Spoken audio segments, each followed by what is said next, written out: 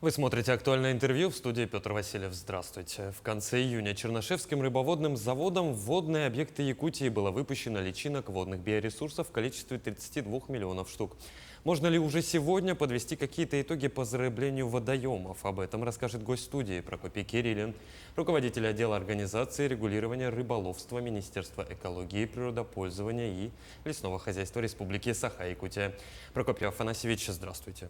Здравствуйте. Ну, я предлагаю начать с общего вопроса. Какая картина по разнообразию рыбной фауны в реках и водоемах республики? В реках, в республике около 9 тысяч рек и 145 тысяч озер, да? Огромное количество, и плюс у нас есть Вилюйское водохранилище. Обитает 45 видов рыб. Основные промысловые виды это у нас чир, муксун, ряпушка, омуль, осетр и нельма, да? И для рыбаков-любителей это популярные виды, это щука, елец, окунь, налим, карась и так далее. А вот среди всего этого разнообразия рыбной, так скажем, фауны, есть ли исчезающие породы рыб и что делается для их сохранения? Да, вот, к сожалению, такие виды есть у нас. Допустим, таймень, да, в 2018 году он был исключен из перечня промысловых видов рыб. На него сейчас промышленное рыболовство запрещено и разрешается только лов крючковыми снастями для рыбаков-любителей. Также осетр, он редкий, сибирский осетр, разрешается к вылову только в реке Лена. Во всех реках он под запретом, остальных, кроме реки Лена.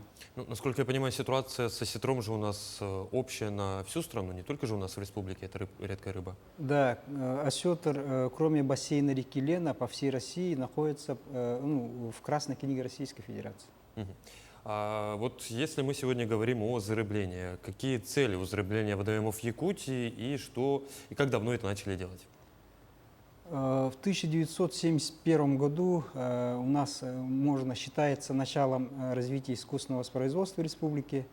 В этом году был построен Чернышевский рыбоводный завод в Мирнинском районе у плотины Вилюйской ГЭС, за счет ущерба, который был занесен при строительстве этого ГЭС, да, и других добывающих компаний, которые ведут деятельность на территории Вилюйского бассейна.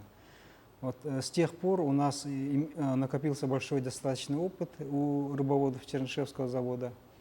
И с этих пор мы выпускаем ежегодно водные биоресурсы, водные объекты республики для сохранения и восполнения запасов рыбных. Ну вот мы с вами сказали в начале 32 миллиона штук личинок в конце июня. Сколько из них приживается? Насколько это эффективный процесс зарыбления? Приживаемость зависит от навески, выпускаемой молоди или личинки и другие, и от вида водных биоресурсов. Да? Есть специальная методика, и в среднем можно считать, что примерно процент выживаемости. Зависит от стадии молоди, допустим. Чем больше молодь, тем больше и выживаемость считается. Ну, этот процесс, насколько я понимаю, он же отслеживается? Да, у нас государственный мониторинг водных биоресурсов ведется Всероссийским научно-исследовательским институтом рыбного хозяйства и океанографии. У нас есть якутский филиал этого института, и они каждый год ведут мониторинг. И, соответственно, по осетру, допустим, которого мы выпускаем ежегодно, по бассейну реки Лена выдается Росрыболовством 26 тонн квоты для добычи. Прокопий Афанасьевич, а вот процесс зарыбления, он насколько сложный и какие основные, вот так скажем, сложности возникают? Да, сам процесс зарыбления такой сложный, да, состоит из подготовительных этапов. Необходимо, во-первых, взять квоту, Росрыболовство выделяет под аквакультуру, да. Для этого необходимо написать программу искусственного воспроизводства, рассчитать необходимое количество производителей, икры, навеску и так далее. Этот расчет, эту программу согласовывает Росрыболовство, потом выделяет квоту на следующий год. И с этой квотой уже идет заготовка икры у производителей. Заготовка идет в сложных условиях на данный момент. в декабре месяце, в ноябре, конце ноября, это во время нереста щера, да, сигалов видов рыб. В отдаленных реках, там, например, в реке Яна заготавливают рыбоводы Чернышевска. И привозят живую икру оплодотворенную, потом садят на инкубационное оборудование, и в течение 6 месяцев идет инкубация, сам процесс инкубации икры в заводе в искусственных условиях. И получается, в начале июня уже можно будет уже выпускать. То есть почти целый год такой процесс идет. То есть сложный. процесс в течение года, и плюс накладываются еще и наши климатические особенности, да? Да, да, климатические и логистические. Мгм. А вот сам процесс зарыбления, из чего он состоит? Процесс зарыбления состоит, как я же сказал, уже из подготовки документации, разрешительных документов и отдельно самого такого технологического процесса зарыбления, инкубации и зарыбления. Ну, вот заготовка икры, потом у нас уже формируется молоть. Да, И для этого на необходимо иметь оборудование дополнительное, опытных рыбоводов. И только после этого, ну, имея вот такой багаж, можно будет уже успешно заниматься вот, зарыблением водоемов. Мгм. Сам сейчас процесс зарыбления, ну, подрощенную молоть, либо личинку затаривают рыбоводные пакеты с водой. И там примерно в одном пакете личинками 50 тысяч штук влаживают. И на транспорте возят на место зарыбления. Мгм.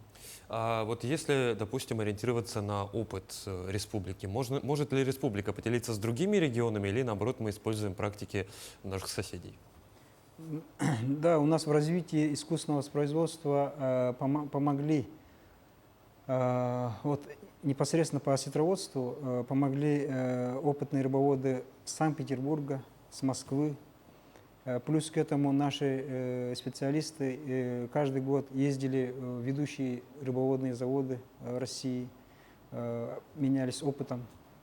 И вот по мнению вот наших гостей, да, которых вот, мы приглашали, у нас есть вот самая чистая линия ленской популяции сибирского осетра. Вот маточное стадо есть, которое вошло в реестр Росрыболовства. Единственное стадо чистой линии. А в других регионах есть ленский, ну как бы по названию ленский осетр, да, но он уже был подобран в 80-х годах, она уже много скрещивалась там, сейчас от ленской популяции только осталось название у них. Мгм. А чисто генетически у нас вот самая чистая линия только в Чернышевском рыбоводном заводе. То есть это совсем абсолютно другой осетр, да? Да, дикий практически осетр, линия чистая, не скрещивалась никакими гибридами. Мгм. Получается, где-то у нас сегодня 400 голов. Мгм.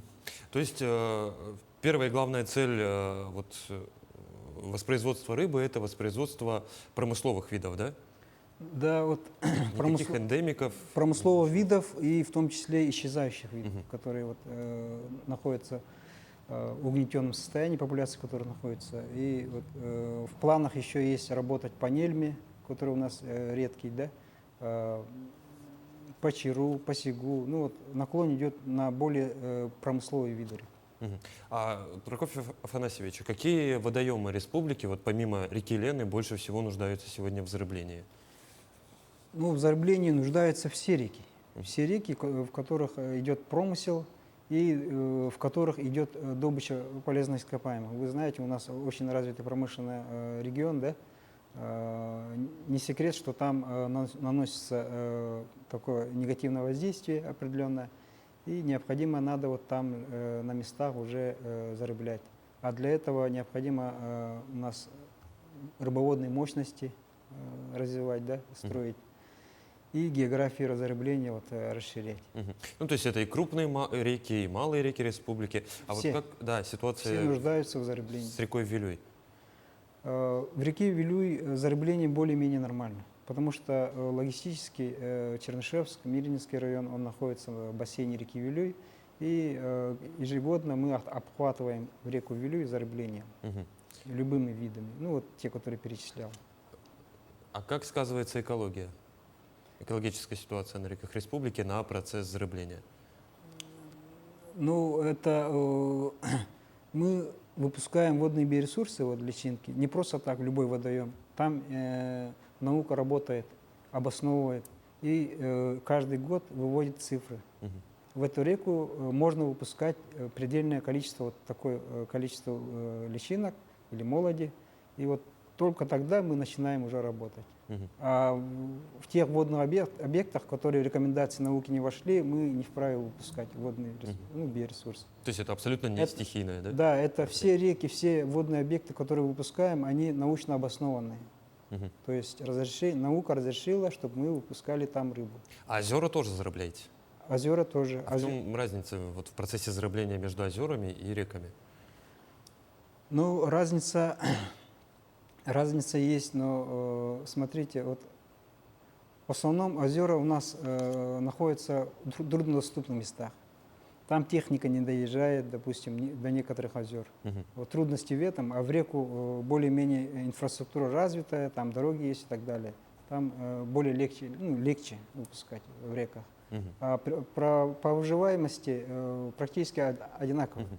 Ну, кормность, в первую очередь, должна быть кормовая база в любых водных объектах. Мгм. Прокопий Афанасьевич, а нет ли планов по зарыблению рек Якутии какими-то неэндемичными видами для нашего региона?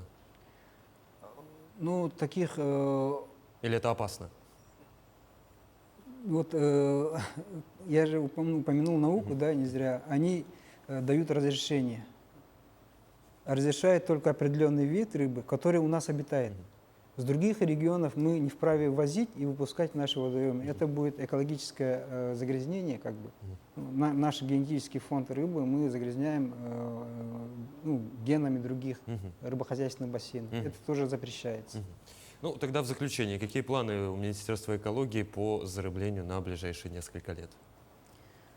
У нас планы большие. Есть проект строительства рыбоводного завода современного, осетрового, в Хангаланском районе, в среднем течении реки Лена. Есть в Алданском районе проект инициатора. И у Чернышевского рыбоводного завода большие планы. Очень большие планы по созданию ремонтно-маточного стада. Сегодня, как я говорил, осетра есть, ремонтно-маточное стадо осетра. Хотим сделать маточное стадо чера, нельмы, омуля и в будущем муксун. Прокопий Афанасьевич, ну действительно, планы обширные. Спасибо, что пришли к нам в студию и ответили на наши вопросы. Спасибо вам. Ну, я напомню, вы смотрели программу «Актуальное интервью». До новых встреч!